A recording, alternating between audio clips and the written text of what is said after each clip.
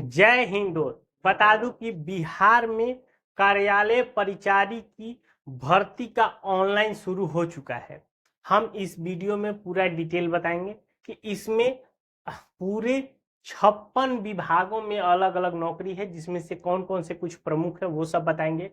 Form कैसे भरा जाएगा, उसके बाद फॉर्म के लिए क्या योग्यता मांगा जा रहा है, और सबसे इम्पोर्टेंट चीज कि फॉर्म भरने में आपको डॉक्यूमेंट की क्या जरूरत है। क्योंकि देखिए, फॉर्म बहुत सारे लोग भरते हैं, लेकिन सही डॉक्यूमेंट नहीं रहने के कारण से आपको क्या होता है, लास्ट में या तो फॉर्म रिजेक्ट होता है, या तो आपके जब एडमिट कार्ड निकालिए तो बहुत असुविधा होती है, या तो जब आप डॉक्यूमेंट वेरिफिकेशन कराइएगा उस समय आपको प्रॉब्लम हो जाएगी। तो इसलिए आप डॉक्यूमेंट को अच्छे से समझ लीजिएगा, फॉर्म भरने के लिए आपको क्या डॉक्यूमेंट जरूरत है। देखिए, बिहार कार्यालय परिचारी, इसको अगर कहते हैं ऑफिस अटेंडेंट, ये भी इसका बोलते हैं यही, जिसमें जो पद निकला है 3727 पद के लिए ये वैकेंसी निकली है, जिसमें से ध्यान रखिएगा 35% सीट आपको महिला के लिए रिजर्व है। यानी कि जितनी वैकेंसी आई है उसमें से 35% पे उनकी महिला का रहेगा। मैं जो रहा था कि यहाँ पे पूरे 53 अलग अलग विभागों में वैकेंसियां निकली है, जैसे श्रम संसाधन विभाग है, मद्य निषेध है, योजना एवं विकास है, पर्यावरण वन एवं जलवायु है, पथ निर्माण है, पशु एवं मत्स्य, ऐसे कर करके सभी विभागों में निकले हैं। तो आप फॉर्म भरने से पहले एक बार जरूर लिस्टेड कर लीजिएगा कि आपके किस विभाग में आपको भरना है, क्योंकि कहीं पे किसी किसी विभाग में बहुत ज्यादा सीट है, किसी किसी विभाग में बहुत सारा कम सीट है। कुछ हर एक जिले के समाहरणालय में भी निकला हुआ है, तो कहीं आपको कैसे भरना है वो भी चीजों को आप देखिए, आप फॉर्म भरिएगा। इसके लिए जो क्वालिफिकेशन मांगा जा रहा है 10th के पास, आप में इसके साथ कोई ऐसा रिक्वायर्ड नहीं है कि फर्स्ट सेकेंड थर्ड, नहीं, 10वीं पास है, आप इसके लिए एलिजिबल है। एज की अगर बात करें तो एज है 18 साल से लेकर 37 साल, ठीक है। एज की गणना 1 अगस्त 2025 से की जा रही है, ठीक है। ये हो गया आपके जनरल और ईडब्ल्यूएस के लिए। अगर कोई, जैसे बिहार में क्या होता है, बीसी और ईबीसी कैटेगरी होता है, तो उसके लिए 18 साल से लेके 40 साल, मतलब बीसी ईबीसी। और एक ध्यान रखिएगा, जनरल की कोई फीमेल है, महिला है, वो भी आप 40 साल के एज तक भर सकती है। और एससी एसटी के लिए 18 साल से लेके 42 साल आपका एज दिया गया है। ये आपका एज की गणना है। इसका फॉर्म मैं बता दूं, देखिए ध्यान रखिएगा, 25 अगस्त से आपका शुरू हो गया है, ठीक है। और ये लगभग लगभग 1 महीने तक ये फॉर्म चलेगा। लेकिन इस फॉर्म में क्या खासियत है कि पहले आपका फी कटेगा और उसके बाद आपका फॉर्म अप्लाई होगा, ठीक है।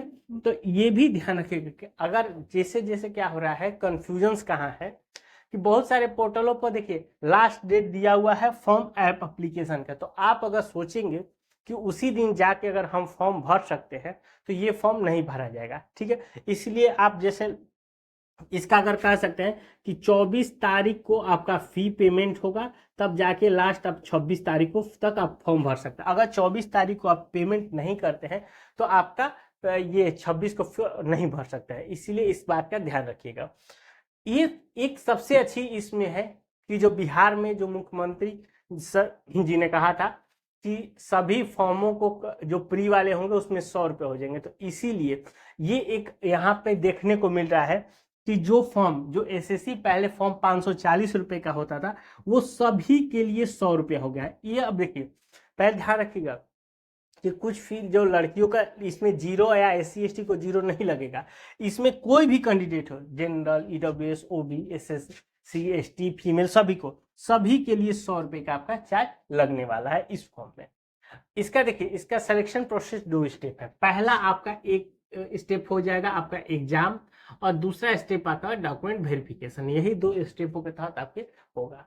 इसमें सैलरी हम बता दें, अगर आप शुरुआती सैलरी बात करेंगे तो अप्रोक्स आपके 25,000 के आसपास ये आपकी अप्रोक्स सारी सैलरी स्टार्टिंग होगी।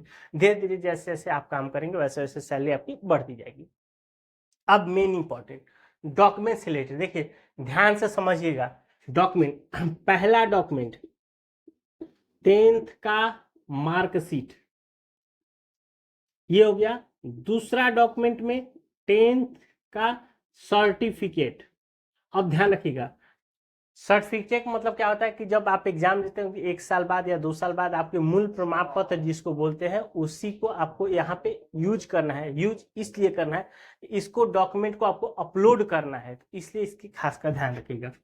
तीसरे नंबर पे आएगा आपका निवास। चौथे नंबर पे आपका आएगा, अगर कोई बीसी ईबीसी है तो उसको एनसीएल लगेगा, एससी एसटी वाले को कास्ट लगेगा, और ईडब्ल्यूएस वाले को अपना ईडब्ल्यूएस सर्टिफिकेट। ये सारे डॉक्यूमेंट्स को आपको अपलोड करने हैं, ये ध्यान रखिएगा। इसमें थोड़ा सा केयर करने वाली वही बात है कि एनसीएल अगर कोई शादीशुदा महिला है तो वो अपने मायके का एनसीएल यूज करेगी, इसके लिए खासकर थोड़ा सा ध्यान रखिएगा, ये पहली चीज। इसके बाद आपका पांचवें नंबर पे आ गया आपका आधार कार्ड। छठवें नंबर पे आपका फोटो, सिग्नेचर, और उसके बाद देखिए आपका लाइव फोटो इसमें यूज होगा। ये फॉर्म बिना रहे हुए आप इस फॉर्म को अप्लाई नहीं कर सकते हैं।